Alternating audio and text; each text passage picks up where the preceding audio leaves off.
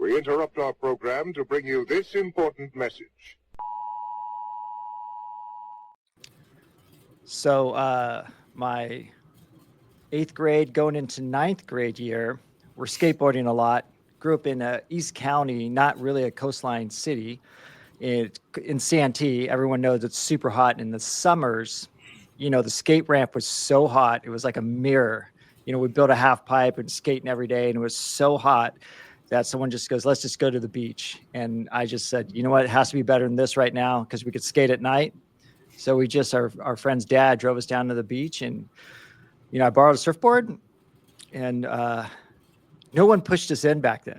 It was, there's no schools to push you in. You just saw your friends doing whatever, and then you just did it. So I just, caught a wave and stood up on my first wave, and that was it. Now, do you think because you were skating, it made surfing a little bit easier for you to just be able to pop up? At that age, everyone's pretty athletic, and the boards weren't so small. They're a lot bigger, and the technology was bad. So they're like thicker and just more buoyant. So I think that has a lot to do. I was actually talking to my wife the other day about this, and she's like, how did you learn to do it? And I just went out and did it because everyone else was doing it. And I think that's how it is back then. Even with skating, everyone's trying new tricks every day on the ramp, and you want to one up your friend. And then we had a pretty good, back then, I don't see it nowadays. Kids don't have like little posses. We had a crew of maybe 8 to 15 guys skating every day, and it rotates, and then a group that went to the beach, and we'd all surf, and you want to get better. Someone did a trick, and you want to do that trick, on the ramp or in the water. So when you talk about like the crew or whatever, I think that was probably the biggest influence for me growing up. Same thing, skating. And it was, one kid gets a skateboard or starts to talk about skating, and then everybody started going, okay, hey, this is kind of cool. Where you jump on that board and you're like, yeah, I like this quite a bit. And you're young enough and limber enough when you fall and smack your head or your knees or, elbows, you just kind of pop back up. You don't necessarily feel the pain, or you'll feel it later. But one of the things that I heard about growing up, my dad grew up in El Cajon, San Diego area. Oh yeah. Like in the early to mid 60s. And when I was a kid, even before I had started skating, like I was, first, second grade, he would talk about basically the invention of a skateboard back then and how people were taking like the old roller skates and nailing them to like 2x4s and pieces of wood. And they just basically like were, sidewalk surfing and stuff like that. And just as a kid, I was always amazed at that. And then getting into skating and understanding he was kind of like at the epicenter of all of that. I don't know. And you grew up, I think, in that same area, right? Yeah. Literally, like it's the next town over. So you could skate there, but it was pretty far for a skateboard. It was probably, from where I live, El Cajon was, maybe 5 miles. So, but that's pretty far to skateboard. Back then, those wheels weren't that gummy. They're pretty hard. Right. Yeah. Now, what era of skating was that? And I don't mean to put you on the spot, but like, we're Pal Peralta, the Bones Brigade guys. Yeah. I think my first skate was Gator. Gator, and then he's in jail, I think, for murder, right? Yeah, it went. So this is crazy. My brain, like, I love art, I love skating, and my brain will like capture all those images. So immediately when you say something, I start categorizing it in my brain. Yeah. But when I was a kid, my cousin, he skated with us, and his mom was like, "You're not going to get a skateboard with like skulls or snakes on it." So you could pretty much rule out any kind of Pal Peralta design, right? So he got that Mark Gator board, Rakowski, or however you pronounce his last name. And it's just, for those listening, it's just a spiral basically on a board. Yep. So, when we're kids, we're like, okay, well, cool. He gets to skate. And we always thought that dude was a cool skater. Sadly, decades later, if I remember right, it was a murder charge. And it may have even been domestic related, but like horrible when you hear about that and think back to your childhood going, man, like, all I can think about was like skating and getting to see skate demos and stuff like that. But yeah, that era, I guess, is kind of like considered a golden era where it really pushed it into the mainstream. Yeah. Not necessarily, I should say, not necessarily in the mainstream, but a lot of people saw it. Where, you know, I think it was like a Police Academy movie where Bones Brigade were skating in there and doing like stunts, and you catch these little snippets in movies, or Thrashing was like the big movie, that kind of put skating on the scene for people who are not out on the West Coast, maybe. What was it? Gleam in the Cube was a cheesy. It's funny. I'll get on like Instagram and not really argue, but like mess with people and say, hey, I know you got posts up there with Gleam in the Cube, but that's not the greatest skate movie. The greatest is Thrashing. It always will be. So yeah, I think that was probably the height when mainstream kind of realized they could make some money off of it. And then I don't know, after that, I got out of skating by then. And you and I had mentioned earlier, before I hit the record button, about Steve Caballero from Bones Brigade. Yeah, Cab. Yeah. And so one of the things that I like is when I say athlete because skating, surfing, all these things that growing up, I always looked at more of a art form and not necessarily a sport in that sense, are definitely sports, are definitely, you got to perform at like your peak conditioning. And I always loved, even now still, like Cab is still putting stuff out, very positive. I think does a lot to help other people who are learning to skate or, going through things in life. I got to imagine he's a pretty nice guy to sit down and talk to. Now, you, in your background, I mean, we started talking about skating, but in the surf world, I think you did win at least one competition. Is that right? Like you've only won one, maybe. So I have 16 national titles. There you go. I have 6 seconds though. Okay. And those ones hurt. Uh-huh. Couple of them are borderline. So you know how those, they always motivate you for that next one. But at the end of the day, it's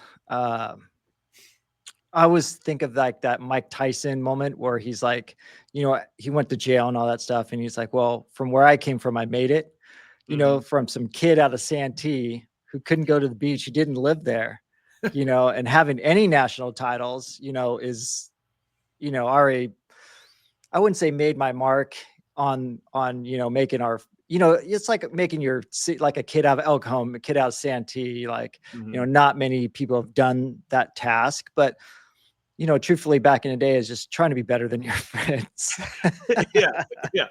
So when you said, like, when you started surfing, you popped up pretty quickly and could ride the board. When did you start really getting focused and serious about competitions and really turning it into that? It was the first year. It's like, people don't know, but the learning curve's really slow. Standing up, easy. Learning how to ride a wave, you could do it.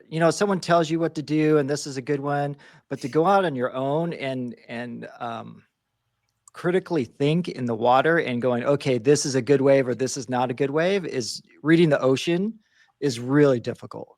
And a lot of my friends who are good surfers, still, that's their downfalls. They're not reading the conditions, the changing tides and stuff. And that's the really tough part about surfing and the learning curve. I say it's like golf. Like you could hit the ball, but like hit it to where you want to go and like actually, consistently do good is really difficult. So when you're doing this, and I'm an idiot, so I ask questions. Are you doing one competition a year? Are you doing one every quarter or something, or is it mapped out? Yeah, it's the schedule's pretty. There's 9. Okay, there's 9 in the regular season, but 6 count towards the title. Okay. Assuming you're going to be hurt or hurt or injured or sick for 1 or 2 contests, or sick and hurt for at least 2 of them. I just throw away 2 for whatever reason. This year, I'm just doing 6. I usually do all 9, but this year I just I just want to have more fun. I want to take more training classes and doing other stuff. So I'm like, Mhm. okay, you got 16. Let's do 6, see where you land. Then from those 6 gives you the standing for West Coast Championships. And Mhm. that's like 1.5. It's a bigger contest at the end of the year. And that's like your regional title for California, you'd say. Mhm. And then from there, you qualify for nationals. And then nationals is one contest, and that's it for your title. So you could be injured, sick, hurt, or anything for that national There's plenty of times where you're tape casting your ankle, because surfing's a lot of ankle injuries and knee injuries. Mhm. A lot of shoulders also, but you could deal with that. You got to stand up. So ankles and knees are the real bad. I mean, I dislocated my elbow once, and the Uh-huh. next week I just duct taped it, and I was surfing with one arm for a contest. So I only needed to make it out of one round to win the title. Mhm.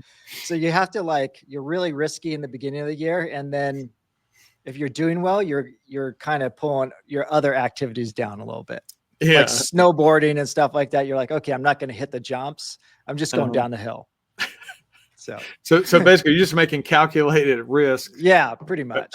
of your off time. I get it. Yeah. So speaking of off time, you do something that I think is pretty cool. And I always love people that excel in anything and also excel at other things that some people would say are opposites. I don't think they are.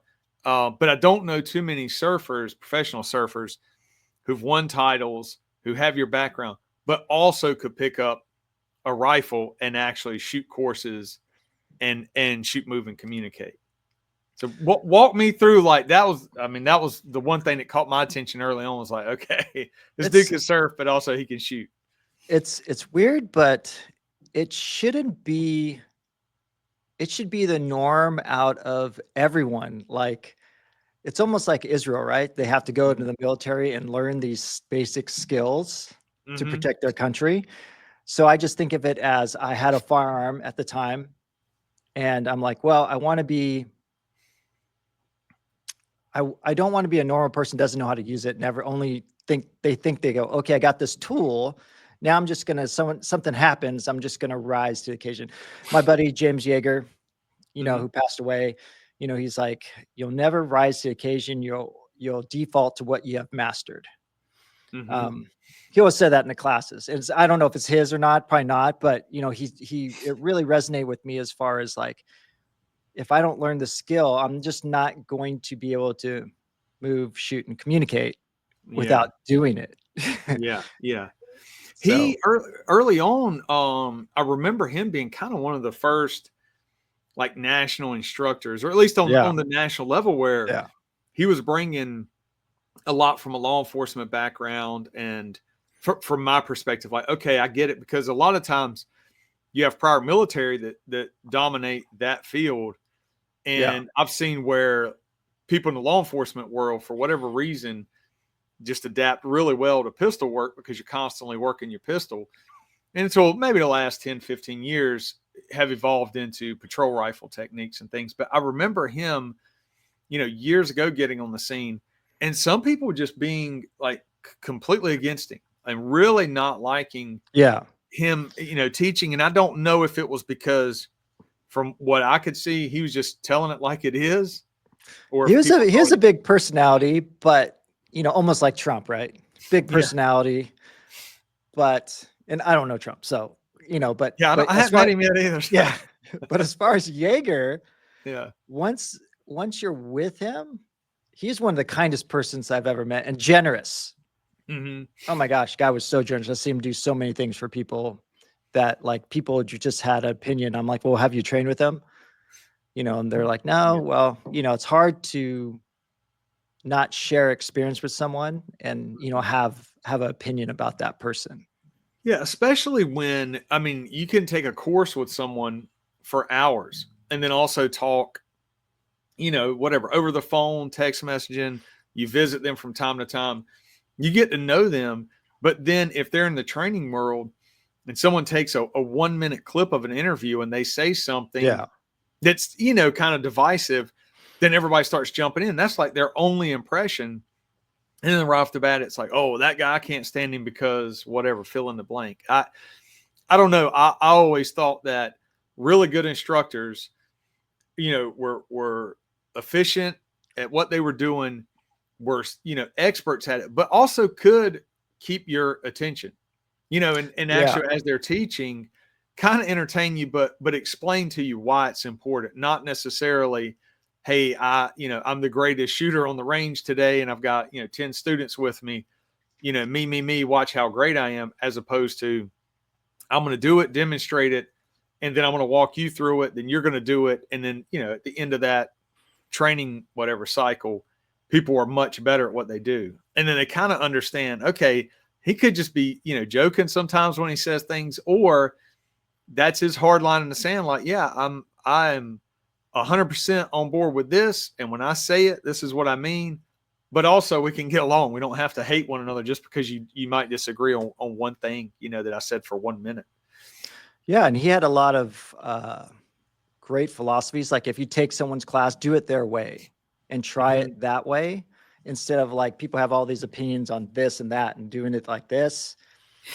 And he's, like some people do slide release and some people come over the top, right? Yeah. And he's like, this works every time. This works most of the time. you Yeah. know, and then, you're trying to, in a stressful situation, this might not be the best way sometimes. Now I, slide release, you're, I don't know how many reps, but yeah. It's one of those things that was the argument, for years on the range. And so in my background, a lot of the range time that was, standard for the police department was just that, very basic. And then they opened it up where we could go on a day off, sign up, get as much ammo as we wanted. And we were shooting 45s at the time. And the range staff, the instructors for the department, would be there that day. And they would work on whatever you were deficient at. And I can remember signing up for those days. And I was a very large city in the South. And there were days when I was the only person that would sign up.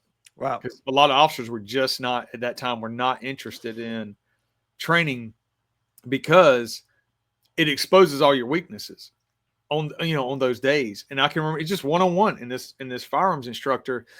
And he's just like, hey, grab as much ammo as you want. And what do you want to work on? And I'm like, I want to work on moving.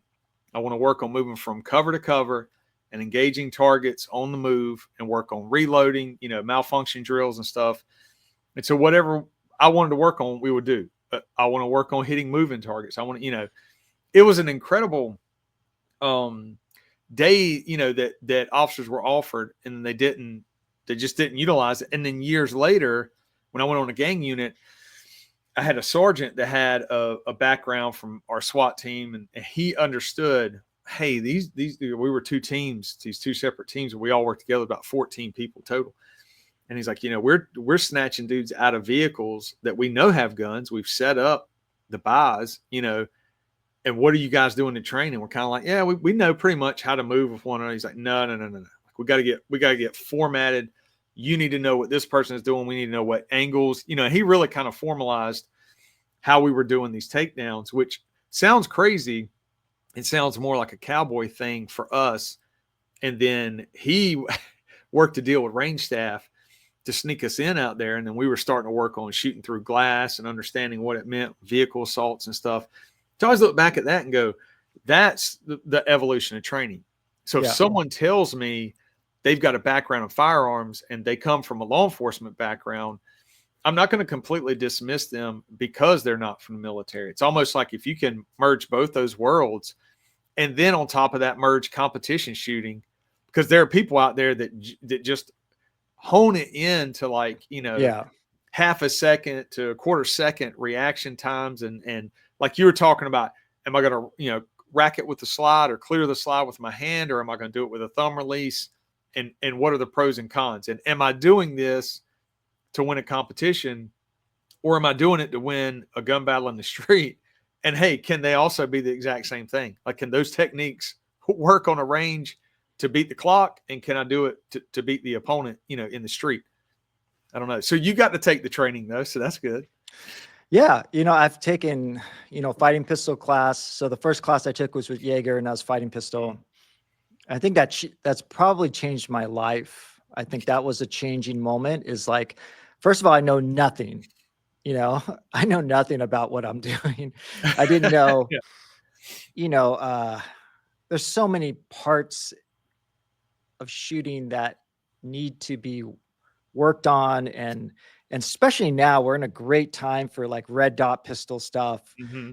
People are tricking out their pistols for different reasons, but I'm not immune to it. I have, my pistol is pretty shiny, but like you Yeah. said, you take it from the competition, or just, do you want to go faster and stuff like that? But you have to know the limitations of, it's faster is less reliable. Hmm. You're running this like a sports car, you're running this fine line of reliability and function and stuff like that. So fighting pistol changed my life, probably because the mindset part. He was really good at mindset. Hmm. So was Clint Smith, Thunder Hmm. Ranch. Love Yeah. Clint Smith, great guy. I got to take urban rifle there. Hmm. And it's funny what you said, the military. So the police officers are like, we'd see him in class, and I would go up to him like, hey, thanks for being here. Hmm. I want a police officer that's the best at everything. Yeah. Yeah. It's interesting now because you've got people that are teaching courses now that are involved solely in force on force training. Yeah. So it's all like simunitions. Raul Martinez is one of them that comes to mind. Just that's all grappling techniques, trying to do, pistol retention, get the weapon drawn, get a shot off up close, and the realities of that. And he and I had talked, I don't know, maybe like 2 years ago, and he's a former Chicago cop, and I think moved down to Arizona, but had an MMA background. And one of the things that we had talked about a while back were like revolvers, small snub nose revolvers, because a lot of times you carry them for backup, in the police world. Yeah. And then there were years where people were saying you're absolutely crazy to carry a revolver as a backup. That's absolutely stupid. You need more ammunition in the weapon. You need this. You need that. I was always a big fan of carrying revolvers off duty and on duty as backups. And there are pros and cons to all it. But like you were saying, like the mindset of it is that idea of, okay, well, if I'm using a tool, what am I doing? Like if I'm swinging a hammer to hit a nail, okay, like what size hammer, weight, and all that's going to matter. Same thing with a firearm. So, like when people say, oh, you like firearms, what do you carry? I'm thinking about buying a gun. What are you carrying? Do people ask you that? Like, do they say like, yeah? And I what's have the a great opportunity to talk to a lot of people about that, because surfing community, not a lot of guys are firearm guys. Yeah. The Christian community, a lot of people are not opposed to it, but have a Mhm. lot of questions, and they aren't firearm people. My first answer every single time: take that money and go take a class. Perfect. Yeah. That's Yeah. it. Uh-huh. I'm Yeah. like, if you need a gun for the class, you could borrow mine, Yeah. and go take that class, or they have one there for you to borrow usually, or I'll call up, but if I know the instructor, I'll call them, hey, bring an extra pistol for this person. And the Mhm. firearm industry is like that. Someone wants to borrow a pistol for a class, and I'm there. I'm like, hey, grab my pistol. Yeah. Or if you want to try that, try that optic or something, I'm like, yeah, run this line with my rifle or pistol or something. I'm totally for that. I'm like, it's like surfing. You got to try everything to know Mhm. what fits for you. Like a Yeah. revolver, great. I think it's awesome for secondary. I've Mhm. never ran it as like, I don't know too many people who run it for primaries. Yeah. Um, Mhm. and secondaries, it's like in California, it's pretty hard to have a secondary if, you know, already. So usually some kind of knife or something. Okay. Um, Now, you know, you're saying that's because of like laws against carrying well, conceal or certain things, or it's pretty easy in San Diego to get concealed weapon permit. okay, A lot of people don't know this. You don't have to have a letter anymore. You just put in, and as long as your background's clean, you can get it. okay, So a lot of my friends have it. It's funny. A lot of my Bible study guys, we have a range day, camping trip range day at a pretty awesome private range here in a month or so. And we try to get out once a quarter and just train together. So, it's a perishable skill, and it's a good time to have shared experiences with people and, break bread, like they say in the Bible. It's really important. And I'm sure like police officers and military, I think the military is so strong because they have such strong shared experiences compared to, and police officers also compared to like civilians. Yeah. And I do think that people go into the military, police, fire, very specific background or specific departments because they're looking for that. They're looking to have a stronger bond with the people they work with. And I was actually texting with a buddy of mine. We have, completely opposite backgrounds on paper. He's been a former guest 2 or 3 times. His name's Eric. He did 18 years in prison. So he and I actually talk about human beings, making connections and understanding. We don't always necessarily need a job title or coworkers to call us brother and sister, because if you join an organization, like for him, it was criminal organizations that he was looking for that family bond. And then when it didn't happen, how it left him feeling, and we're about the same age. So it's the same thing here. It's like I tell him, like, hey, in the police world, the same thing. People often look for, oh, that's my brother, that's my sister. And then something happens and that's kind of shattered. That idea of, well, I thought we were all in this together. And it's kind of like, we are all in it together, but also, there are other bonds that people can have.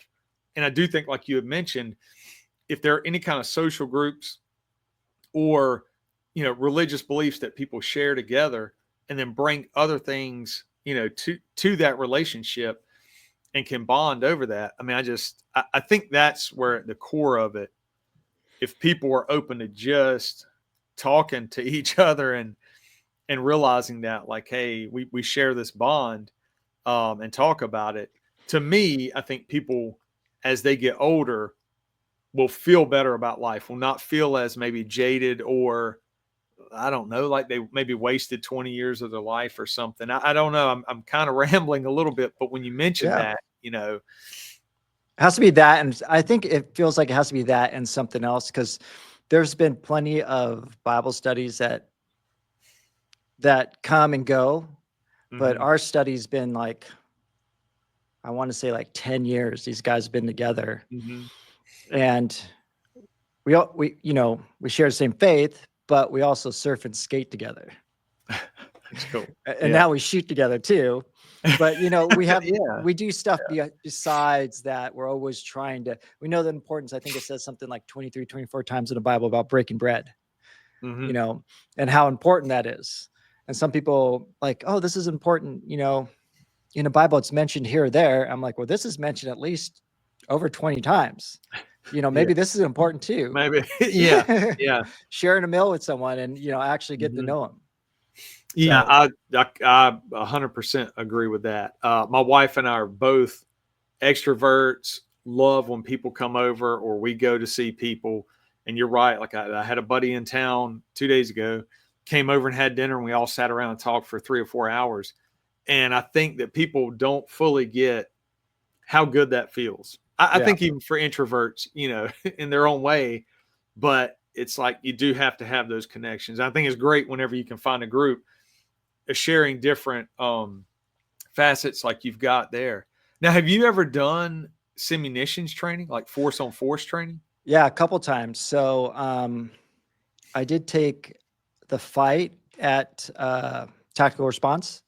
That's I think it's like 20 scenarios, 2 days. First day, like I was so defeated. Like my wife still tells me, she goes, I remember that phone call we had at night. She's like, how'd you do today? I'm like, so bad. Right. I thought because it was kind of a concealed carry thing. So I'm like, because you have this, you think like you're going to just do whatever. No. Most of the time is walking away from the situation. So either don't put yourself in that situation or like, to give you an example, there was a you walk down this hallway and you see someone getting ready to shoot someone. Other guy doesn't have a firearm. One guy does, and says, "Get out of here." And you walk into that situation, and you're like, and then they do action report after every scenario. Yeah. And he's like, "You don't know if that's a drug deal that went bad. The other guy had the pistol and took it away from him." There's so many things you don't know. But what you do know is you have to get home to your family. And what does that look like? So, yeah, it's the reason I asked that question now, because the weapon systems are less expensive. Yeah. The munitions and stuff, the helmets, padding, stuff that people wear, and now there's such a movement towards actually trained role players. So when you go into a scenario like that, it's like textbook. They know their role, they know what lines they say, they know how to act, so that every person gets the same scenario. And then the after actions, I don't know if y'all did it as a group or if you did it individually. A group. Yeah. A group. Okay, perfect. Yeah. Because then, especially if somebody films it and you get to watch how other people react and also how you react. And one of the main lessons I took away from that, and this is several years ago, when our department created a unit to do just that, to study scenarios or study actual incidents, create the scenarios, and then, like you're saying, learn from that, learn from actual incidents, and then how you're going to do your problem solving and then your actual direct action on that. And so, early in my career, people were, instructors were always saying, never have anything in your hands, ever. Like when you're actually encountering a citizen, no matter what, because you don't know how things are going to go, even if they're just, reporting a crime, or you're talking to them because you think they witnessed a burglary or something. You don't know what their background is. You're walking up thinking, oh, I'm going to ask them if they witnessed this burglary, and they got 5 warrants for their arrest. So when they see the police, the fight's on. So they always ingrained it in our heads, like, don't have things in your hands. But they also explained it. They're like, hey, there are cases where officers have gotten in deadly encounters, and they've had an object in their hand, someone's driver's license, a notepad or something, and their brain will go into action mode. They'll draw their pistol, but they won't ever let go of whatever that object is. And so if the object is in their right hand, their dominant hand, and they go to draw their pistol, a lot of times that the item stays in their hand until they go to draw, especially something like small, like an ink pen.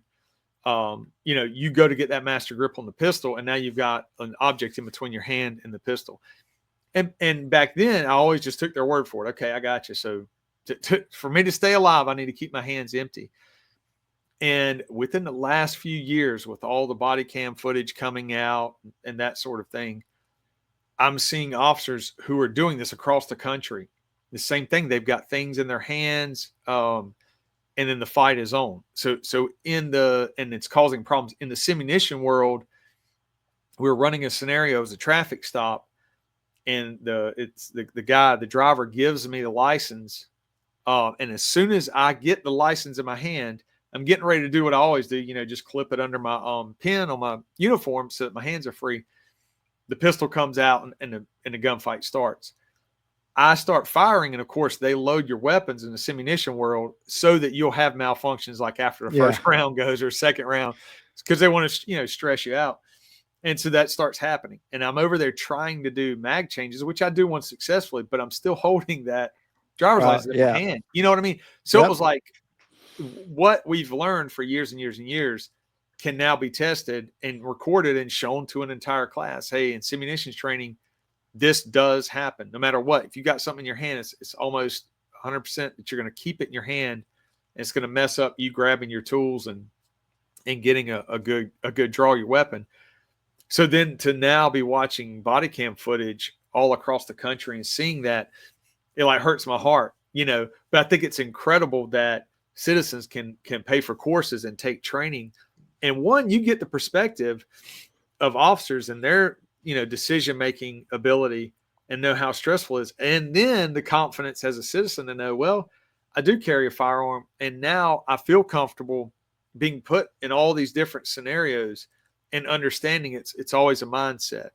There's always this ability that when two people are starting to have a conflict, or you walk up in the middle of what could be a deadly encounter, take another second or two to assess and understand, like you said, because as soon as you explained that scenario, I thought that's probably going to end up being like an off-duty police officer drawing, their weapon on somebody else who's a deadly threat to society, and you're walking right up on it, but you don't know because they're off duty and they're just regular clothes. I mean, and the scenarios are endless. I do think it's absolutely incredible that we as a country have that ability for citizens. And it's super important. I think it's definitely like, how to do XYZ, go take force on force.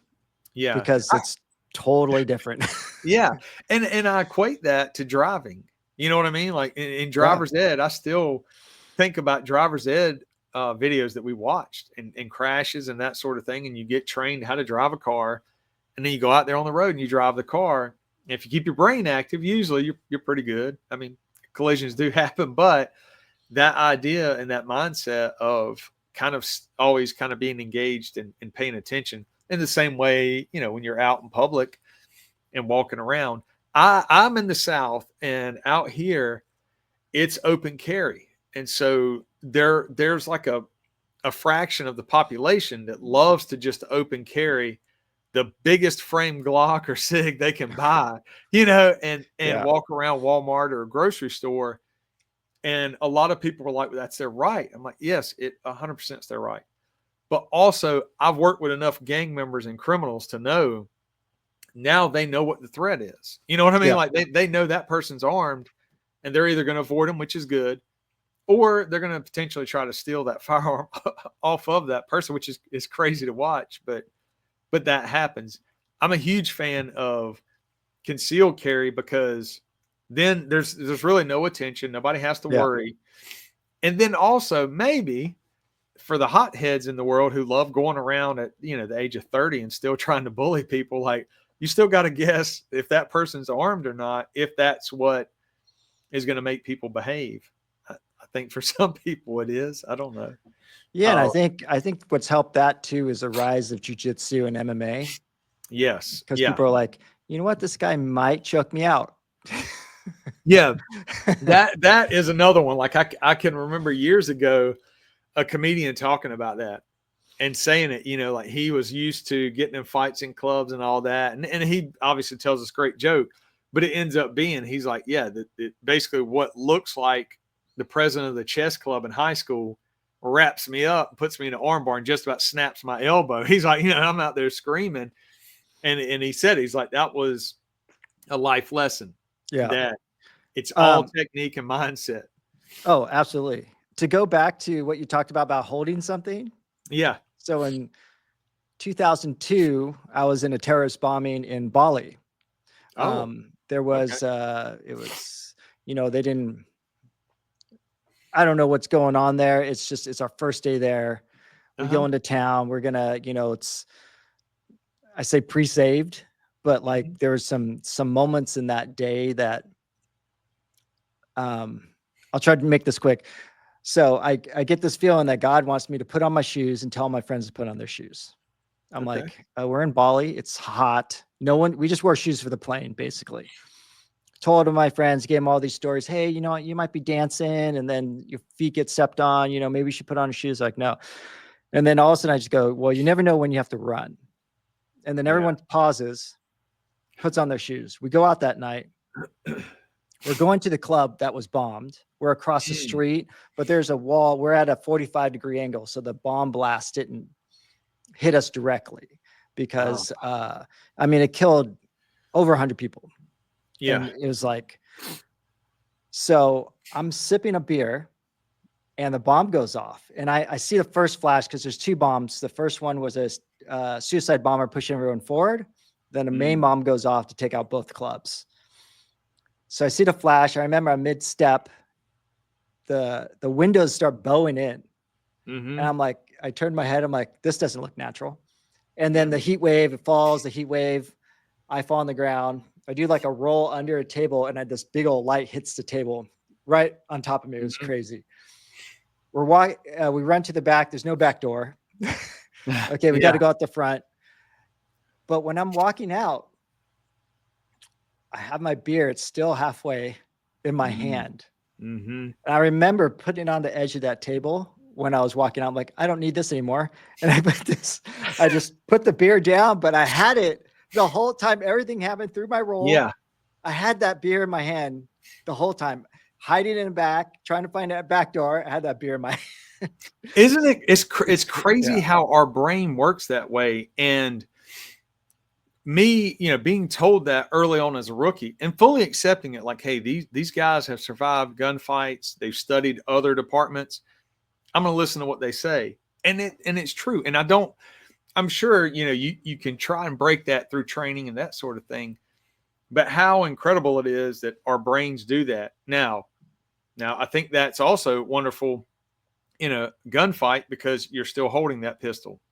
You know what I mean? Like it may help in that sense that you still got, hold of the pistol while you're moving, while you're getting knocked around and that sort of thing. But now when that happened, what year was that? I remember everything kind of is a blur over the last 2002. So it was after 9/11 is 1 year, 1 month, and 1 day. Man. October 12th, 2002. Yeah. Now, you had that premonition to put on your shoes, that sort of thing. Is that the only time that's ever happened in your life, or have you had other a couple of different times? That was the first. I remember and waking up the next morning, everyone had cuts because every glass broke for it. I say 200 yards, and when I say every piece of glass broke, there was glass windows in the dressing room in the back of this place that were blown out too. I remember looking at these little things because we were looking for a back door. I'm like, everything is broken. That blast blew everything out. Okay. There's about 2 to 6 inches of glass on the ground when you're walking out of this place. Everywhere on the ground. Everything, think of everything glass just thrown on the ground. And everyone's cut up who wore flip-flops except us. Didn't have a scratch. Yeah. And we woke up in the morning and the glass around our shoes was like thorns coming out. Oh, yeah. It was super surreal and gnarly. And my friend's like, how did you know? I'm like, so it's amazing. I know of a guy who, when he was a teenager, he was in a trailer. Tornadoes coming through. And that's the joke everybody plays around, when you're a kid. It's like, oh, tornadoes, like trailer parks cause tornadoes. But man, when a tornado comes through and trailers are it's aluminum, it just shreds. And this kid was at home at probably like 13 or 14 years old. His mom's at work. But he hears the storm kind of coming in and realizes, I probably ought to put on my shoes. But normally wouldn't care. It's just for that day, that time. He gets up off the couch, goes to his bedroom to get his shoes. And right then, as he told me, he was like, man, I thought that the world had gone upside down. I had no idea what had just happened. It felt like everything was upside down. A huge tree had fallen and cut the trailer in half, right where he was sitting on that couch. Wow. He survived. I mean, minimum scratches, nothing like that. Didn't have to go to the hospital or anything. But I remember, and we were all the same age, I just remember thinking, what are the odds of that? And more so with you, that there was nothing to give that indicator. It wasn't even like a storm was brewing. It was just something told you. Yeah. And it was pretty, there's been, I don't know how many times, but it was a pretty loud voice in my head, probably. It's hard to say. I had this moment at the World Games. I surfed for America twice our Olympics I've been on 2 Olympic teams. There's over 35 team. They call it the Masters team. And I bring all these boards to, I think I was in Ecuador, and it's my backup board. I didn't like it. I just brought it just in case everything broke. And God's like, use that board. And I was like, I don't want to use that board. That board is not good. Last resort board. So I go out. I didn't do great, but my friends go, I don't know what happened, but everyone fell in that heat. No one did anything. So my total score, which usually you want to get over, it's 1 to 10 usually scores. Okay.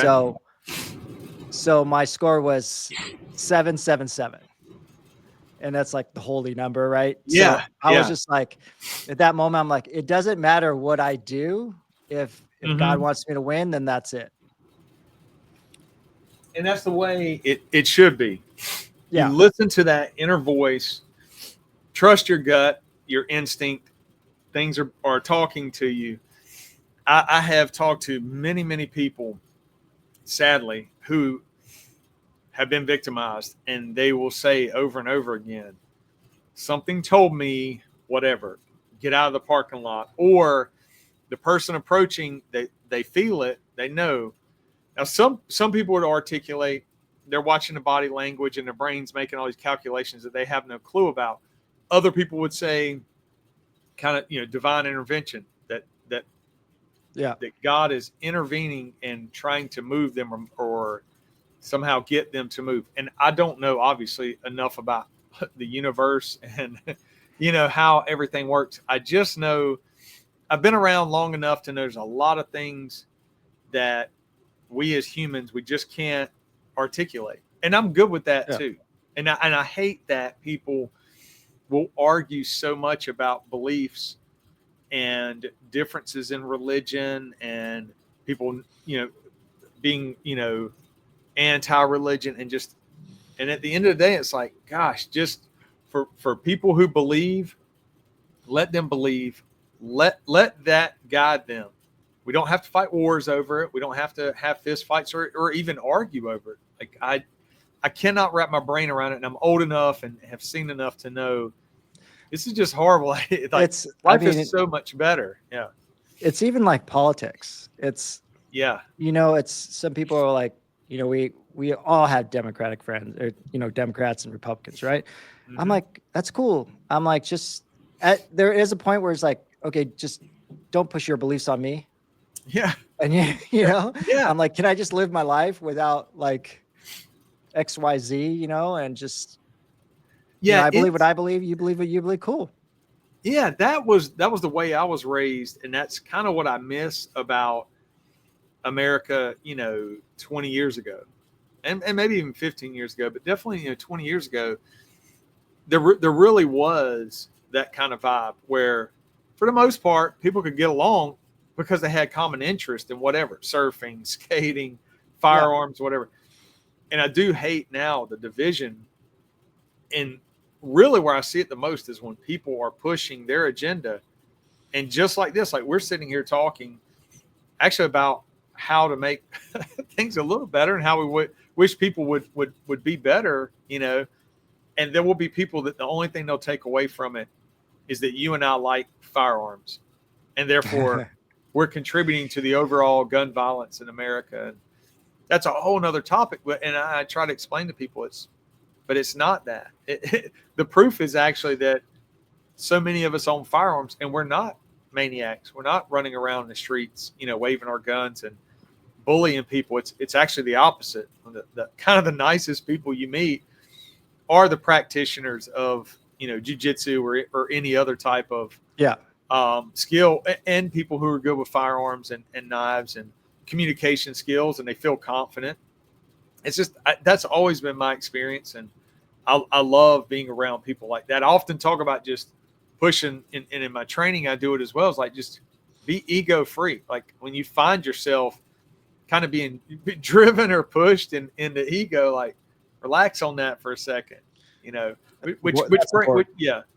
What brings me back to, and I think I mentioned it earlier, or maybe I mentioned it before we even hit the record button, but you have won so many competitions, but you also express when other people don't win.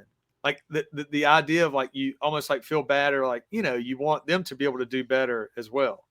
Yeah. There's partial reason I don't do every contest is hopefully some of my friends, because you're friends. Yeah. Usually you're friends. There's some guys that aren't friends for sure, Mhm. but you want a lot of your friends to do well also. Unfortunately, there's one winner that day. So I think about, you know, 16 times someone got second, you know, to me. And I Yeah. got second 6 times to someone. And just how I felt about those seconds, that's probably how they felt about those seconds. There's been great wins and close wins and bad wins, and it was a toss up. There's been undefeated seasons, so someone lost 20. I had 24 contests in a season. I didn't lose one heat, not even one heat, which was it's crazy to even think about. And there's people who've done even more than that, like 32, I think is the record or something like that. And it's like someone's got to lose, and it's a bummer for sure, especially because you're so close to these guys. You do life together. Now it's like you're following these people on social media. I hope my other battery doesn't go out.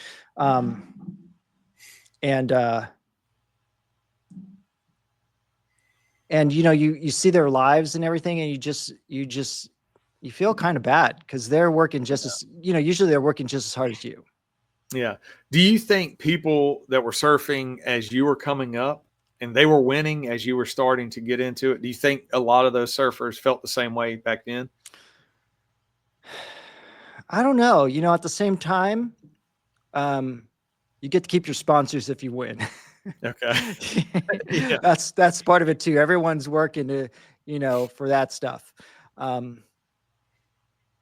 think, there were times when you would win and your competitors would pick you up and carry you up the beach and stuff because everyone's really excited for you. And I've done that to other people too. Yeah. So we call it chair them up. You have their, two people put them and they walk them off the beach like they're on the chair. So they call it chair them up the beach. So yeah, it's pretty awesome. In the world of sponsorship, walk me through that, like who the sponsors are, how that works. I'm kind of an idiot when it comes to that. Some are, some you put a resume to, like, hey, I really like this brand and what they do, and we have things in common. And some come to you and they're just like, hey, we think you will fit your, who you are, or, I think we could help each other out. So it started with, usually surfboards are the easiest. Okay. I had other surfboards earlier, and now I've been with Rusty for over 20 years. And that one was a little harder because I had to present, hey, because they're a bigger brand, or they were really big at one time. Now the surf industry is not as big as it used to be, I would say. Okay. So clothing is the big one that usually has the most budget for things. So clothing sponsors are always harder to get. And if they're bigger companies, like let's say, like Quicksilver or Billabong, something like that, they have a pretty extensive team.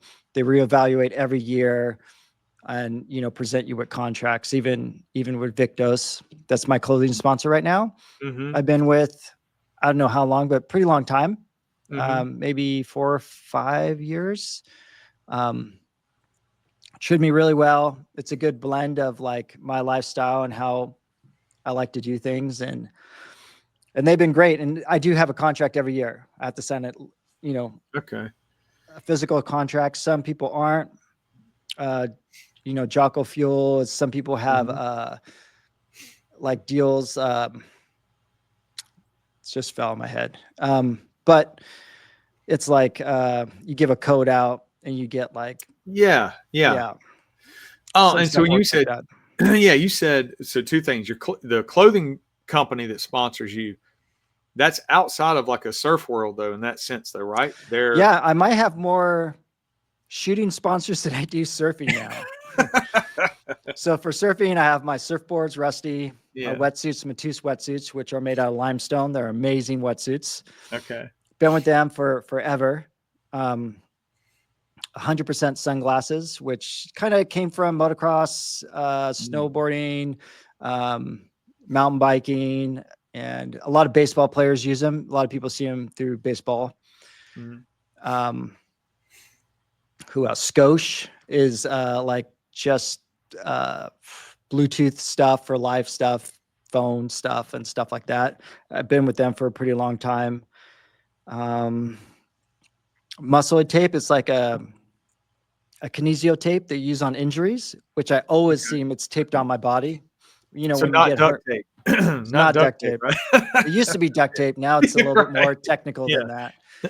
that. And for shooting, it's like vortex optics, gel billet, rifles, Fiocchi ammunition, which is a big Okay. thing. Yeah. Hardhead veterans helmets and stuff. Mhm. Premier body armor. And then a lot of people just send you stuff just to use to go product Mm. placement. Hey, if we send you this, will you try it out? Tell us what you think. So, Oh, cool. Now, yeah. how did you get Jocko Fuel? How'd you get linked up with him? I just wanted something healthier and I wanted to Mhm. get off of Red Bull. Yeah, So we they all came out. do. Yeah. You know, so it's like, so sweetened by monk fruit, and it doesn't have all that gnarly stuff that Mhm. could really hurt your heart.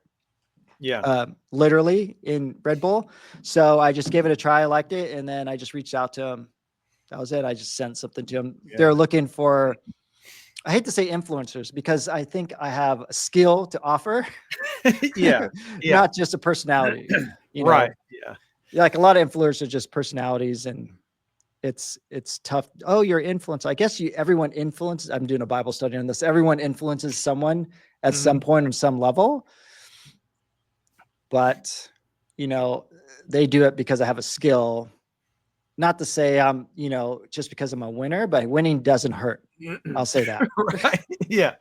Well, it's back to that thing, like when you're talking about something and then you've got the background to kind of back it up, then people are like, Yeah. oh, okay, he's a surf champ, he can shoot. Okay. And then when he talks about Jocko Fuel, it's like, hey, let me tell you the positives of it. Because you're right. Like, I drank Monster for Oh yeah, a lot of sugar. many years. And it was, a lot of it was working shootings on an aggravated assault unit Yeah. and working homicide cases, and you're up for 2 or 3 days. And it happens kind of slowly. Then you drink one and you're like, all right, it's better than coffee because I don't want to drink, 3 pots of coffee all day. And you're in and out of convenience stores or whatever. And then it becomes convenience. And then you start to Yeah. realize, like you had mentioned, and I don't drink any of it now. Every now and then I'll have a Red Bull. And it's really like at night, when my wife and I are hanging out, there's a club at the beach that we go to.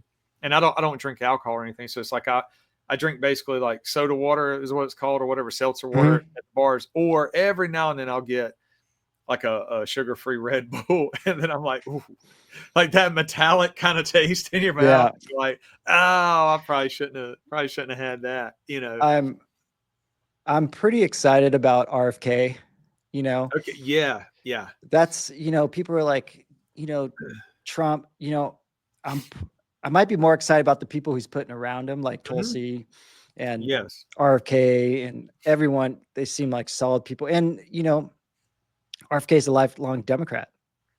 And Yeah, he just, isn't that crazy? yeah. Yeah. And it's like, that's how it used to be. It's like, you can have conversations. You can want to get to a common goal. Like we used to say in firearms, like, I remember hearing this speech is like, we have the same goal. We don't want school shootings. They might want to take away guns for it. We want to have armed security guards. That's our solutions. So there's different solutions for the same problem. Let's try to find a way to get together and do that. Let's get, healthier foods for kids in school. Let's, I don't see what's wrong with that. Why are people mad? That's my thing, is like, I have seen people actually making fun of him because he's in shape. Like, he's walking around with his shirt off doing push-ups. And I'm like, what? Wouldn't we want that in general? Or how about this? It's not like the government is telling people you have to exercise or we're going to whatever tax you. Nobody is forcing you to exercise. However, there's an emphasis on exercise, and we can sit here and talk all day. I'm retired and I feel like I'm in the best shape of my life, mainly because I do still exercise, and there's other components, but this idea of, people that are in positions and over departments in the government, if you have anything to do with a health department in America, I'm pretty good with like pushing exercise and sleep. and getting off, trying to do our best to get Americans off of the fast track of pharmaceutical cures. They're not cures, but treatments. I cannot stand the way we have moved into that. As a culture, it's this idea of you go in, people have medical procedures, and then they're written prescriptions for painkillers. Like some pretty powerful stuff. Oh yeah. And I know enough people who lived very normal lives. They had careers, they had back injuries or got in car crashes, and then they're given prescription painkillers, and then they get addicted to it. It's like that idea of a lot of heroin addicts were created through legitimate painkillers that were pushed on them. I'm just saying that I'm cool with RFK getting into office. I'm cool with Trump putting people in positions who some of them have been in politics for decades and some have not. And I'm cool with that too. Like, hey, shake it up a little bit, bring people in that want life to be better for everybody. And a lot of times it's selfless service. They know right now, people that are going in and joining his cabinet and they're taking these appointments from him, they know it could be career suicide, but they're still doing it. And I think that for the most part, everybody's getting on board and trying to create some or to create some solutions to some problems that me, you, and a bunch of other Americans may not even have a clue what's going on behind closed doors that has gone on. You sit in an intel briefing and people sit here and tell you, hey, this is going on in this city or this country, or this is the trend we're going into. We've got to do something pretty quickly to get away from that. I think the perfect example is slashing budgets and what's going on right now and all this buzz, and people are losing their minds over Doge or whatever. Yeah. And my thing for 20 years, I feel like I'm losing my mind, or actually 30 years between police department, being in the Army, the whole idea of reducing budgets constantly or putting money where it's supposed to be. That if I can balance my budget and try and keep from going into debt, and I pay taxes, I think the government should do the exact same thing with my money. Like, you put it where it's the most important and what's going to help us the most. Everything else, we don't need to be funding it. It's crazy. And we need some level of transparency. I want to know where my money's going. And some things you can't tell us, right? Overseas stuff or that's fine. Just say, hey, we allocated this money for these things we can't really tell you about, but it encompasses XYZ. Yeah. But I would say if no one will ever go for this, I have a great thing for new taxes. If someone wants to propose a new tax, they have to audit their own department and say, hey, this is where every dollar's going. This is why we need more tax money, because this gas tax we had in California is supposed to be to fix the roads. Our roads are jacked up for the last gas tax you did. So where's this money going? Like, why are we giving you more money to still have bad roads? That's why I like quote unquote outside thinking than career politicians. It's like, hey, you just solved the problem. Because if they did that, then one, it puts people in the hot seat. So one, if their own department's jacked up, they're not going to want to draw attention, which means they're not going to be pushing to raise taxes. And then two, you just come in and audit them anyway. And then you're like, all right, we have to do it at work. Like, we want more camera equipment. Go, hey, our department's growing XYZ. This is what we are projected on doing. We need this equipment to save this amount of money and to fill this need at the company. So we have to propose these things every year, or if we want something more, why doesn't the county have to do that, or the city? The play I've seen over the last probably 10 years or more, states that do educational lotteries.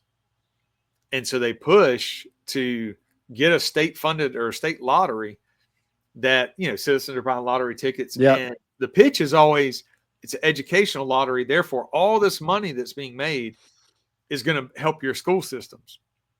Year after year after year, they keep asking for more money in those areas for educational systems. Because what citizen wants to say no to a referendum or to a tax hike about schools that's attached to schools? And you find out, like, a lot of people are gambling A lot of money's being made from the lottery Yeah. system. Why is it not funneling to the school system? And then you find out about 5% of it goes, and Yeah. it's that shell game. And that's where I get frustrated. Like, I just be a straight shooter and say, maybe some people that are elected in the political leadership positions are idiots. They got elected. They're there fair and square.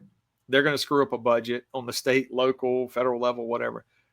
I just don't like being lied to. And I don't like people treating me like I'm an idiot. I may have been an idiot when I was 20 or 21, but I'm like, I got a little wiser, like, just don't do that. How about everybody starts getting serious about a few things, and we focus on, and that's getting healthier as a country, as a whole American culture, cutting wasteful spending on every level, make that the culture within county, state, federal level, and then shore up your military and just make sure that, the military is strong and that the rest of the world understands that America's here to help and to never, ever, ever attack. Like that's kind of like stripping it down to that. I mean, yeah, for the most part, And police officers, I think they're really undertrained. I think we should put a lot of funding towards making them the baddest guys on the planet, and like on every level, mentally and physically. Yeah, I couldn't agree more. When I retired, a lot of people are like, well, what are you going to do? Because everybody's like, you're so young. I mean, I'm not that young, but they think that, but I still train and I still teach officers and agents and deputies. And that's my contribution, because I'm the same way you said. I've watched officers get the bare minimum training that a department is willing to afford. And on my days off, I designed courses over the last probably 15 years, courses to, dismantle gangs, to develop gang members into informants, to do violent crimes investigations, a lot of stuff, and being very innovative in that, and being able to do it sometimes for free, and other times at cost. But my thing has been, I didn't get that training, and I always wanted that. So every class I create is like, I remember what it was like to be an officer, to sit in a room, and I know that we're going after, a murder suspect or a shooting suspect or something on patrol that may be in our area. But also, I don't have the first briefing on Bloods, Crips, Latin Kings, Gangsters, Disciples, like all these different gangs that are operating down here. And so when I started creating that was my goal too. It's like, I want to contribute the same way those firearms instructors contributed to me. Like they were giving me the best training that they were capable of. I could also go outside of that department, pay my own money, and get additional firearms training.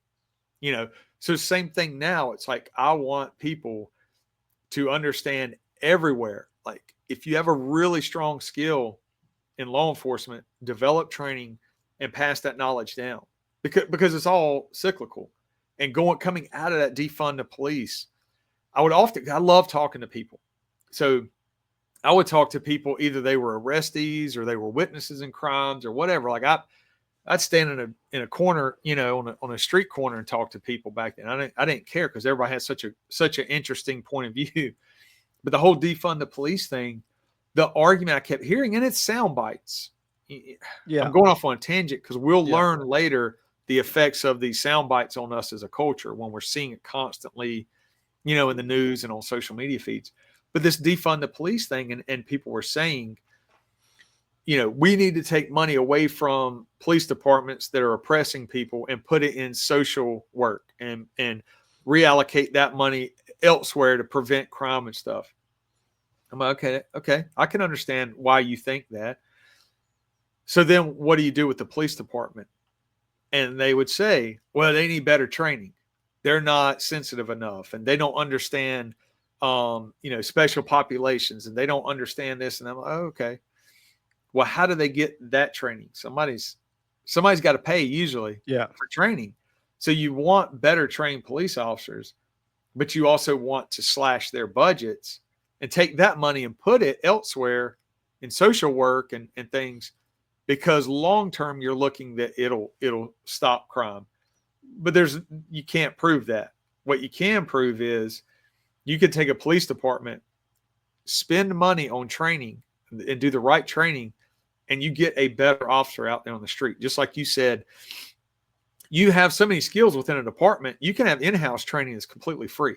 Like I trained, my department from the officer all the way up to the chief a few different times on different topics, and it's all free training.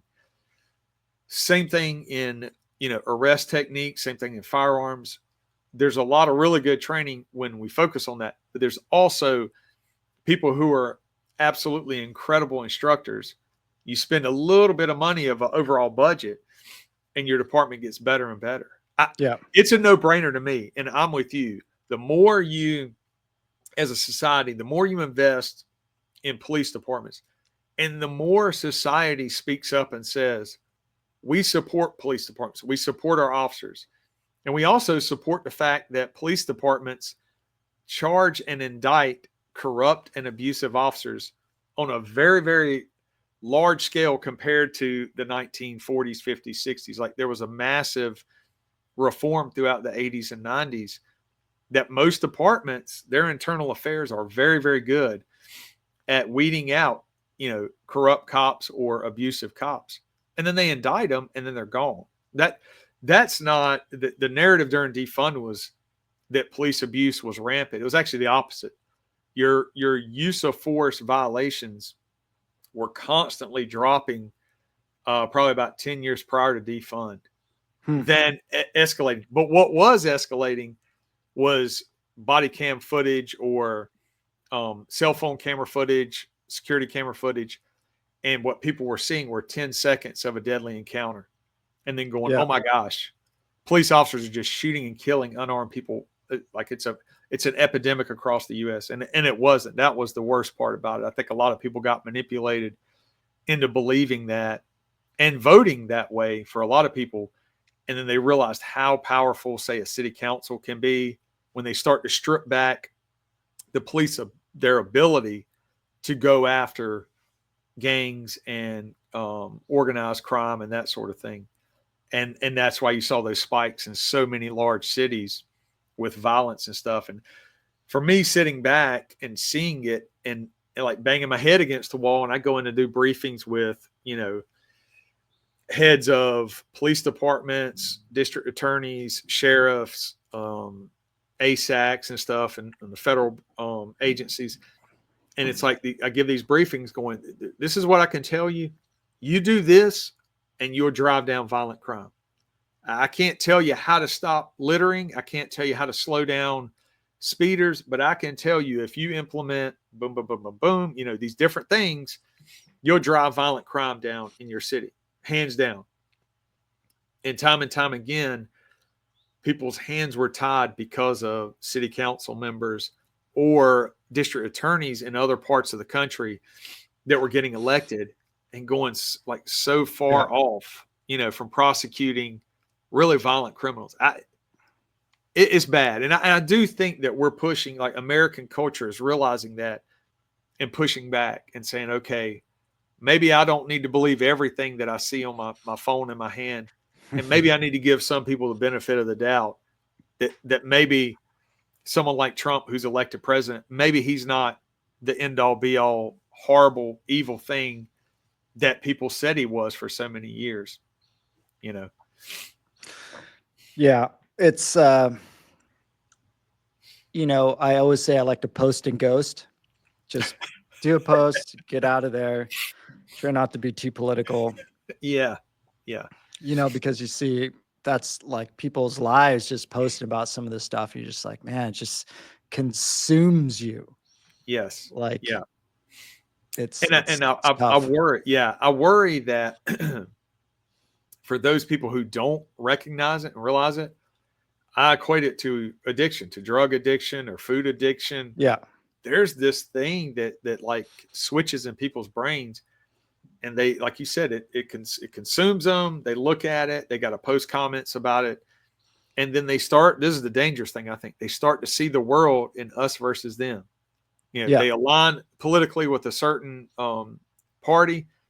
And then anybody, the second they see somebody, even the conversation we're having right now, that I look at as like very respectful, kind of an innocuous conversation.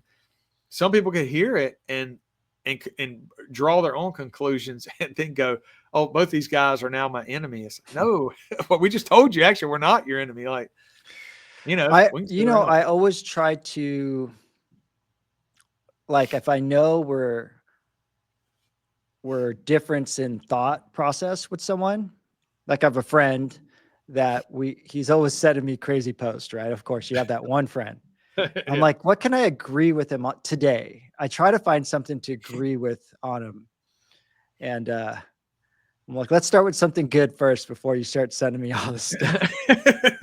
Yeah. Because this stuff is just, it's horrible. Exactly. And Look, it's like, you could, yeah, go ahead. No, I'm going to lighten it up a little bit. I'm putting you on the spot.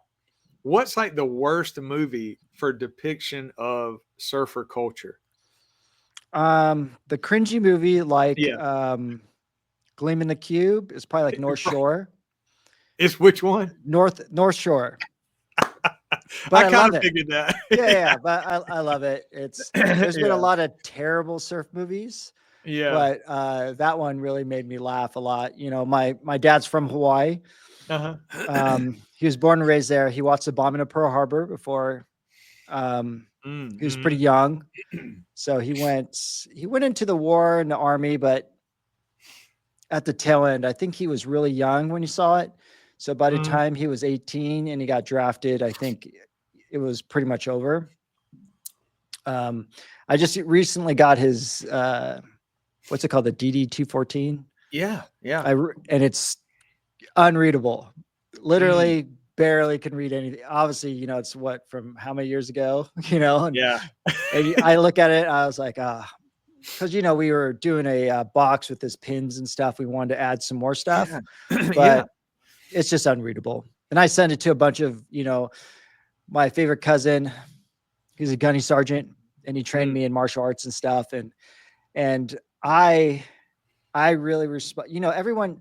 So the great thing about James Yeager, let me go back to this. The great thing is that I was at a rifle class after I'd taken a bunch of classes, and he's explaining the drill.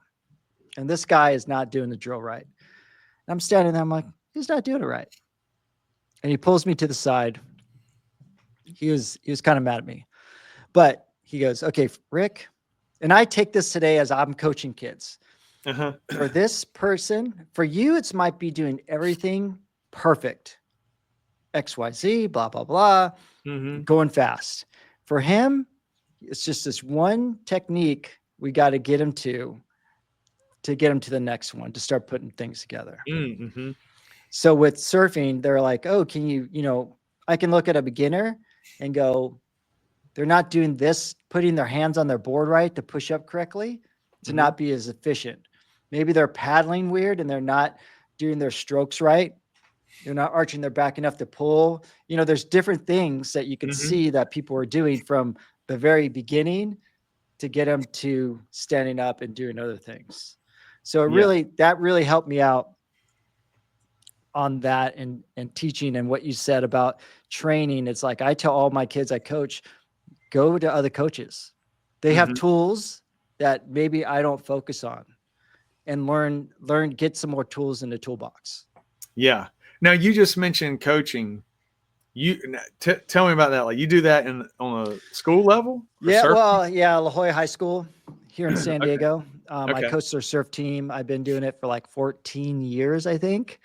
And it's all these kids a lot of them grew up and became great people. Some are influencers and some have won huge contests. But this one kid, I think I was so proud of him. He became a SEAL. And I was like, I was so pumped. I was so pumped. Yeah. I think that's a great thing that a lot of people don't understand about kids as they're growing up, especially in high school, the effects a coach can have, or a teacher.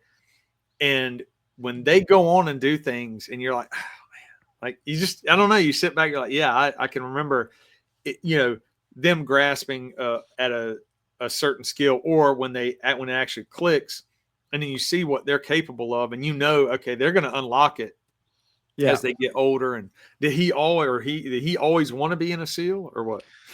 No, he just physically, you knew he was going to be a pretty like physically fit person. Mm-hmm. You could kind of see that. You're like, yeah, maybe you should do computer, IT. You know, Yeah. you see people who are like, they have different, body types and everything needs whatever. And he had a lot of energy. And he just ended up landing on that. Since we were in San Diego, we had other students on my team that their parents were former SEALs, so they could pour into kids also. Yeah. But I always try to, like, I had parents like, why are you doing that? You don't have a kid. You don't have any kids. Why are you even coaching? I'm like, well, I didn't have that. And someone has to be a good role model that's not doing these things. And I'm there for the kids, but I'm pretty tough. I'm pretty tough on them. Not as tough as their water polo coach. I'll tell you that. Okay. Because I heard some stories about him. Sometimes they get bummed when I make them do push-ups, but yeah. Well, look, before I forget, back to the DD-214. I would love to see that. I think you and I have messaged a while back about his unit and his experience. I do want to tell anybody listening to this, check out World War II, the 100th Battalion. They were a National Guard unit out of Hawaii after Pearl Harbor. Guys were running to go get signed up and to go fight. And down the line in World War II, they linked up with a 442nd Regimental Combat Team. Yeah. Yep. Oh, and the stuff that they did, taking a fight to the Germans and breaking the Gothic line. There were guys that went on from that unit and were in different like military intelligence units and translating and then doing. Some of these guys volunteered to go behind lines so far in to hear Japanese soldiers speaking from fighting position to fighting position. And then actually even at times speaking to those Japanese soldiers in Japanese and giving them like wrong information, like just, and then, low crawling back to their perimeter and then sneaking back out. It's just an incredible history. And there's a whole litany of, awards that they received. They were known as, the Purple Heart Battalion because so many soldiers got injured, but the fighting was absolutely incredible. So I do want to tell listeners, like, just Google that, check it out. There's a, we go snowboarding up at Mammoth in California and you drive past, one of the cities. Anyway, Manzanar's there, the internment camp for Japanese people. Yes. And we took, so this time when I drove past, we're going up to Clint Smith's up in Oregon, coming back down. And I go to my other friend, I'm like, hey, let's stop at Manzanar and check it out. And wow, that was a big mistake. That was like one of the saddest things I've ever seen. Yeah. And it was super heavy, but then they had the book there. I forget the guy who wrote it. I know their platoon thing was like go for broke.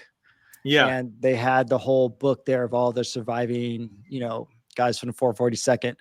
And so I have a really common last name, Takahashi, but I go to the wall and all the people's names were over like probably like 12, 15 feet high of these rows of names that were there. And you see your name there, multiple times, like a huge paragraph of your last name. You're like, it was pretty heavy.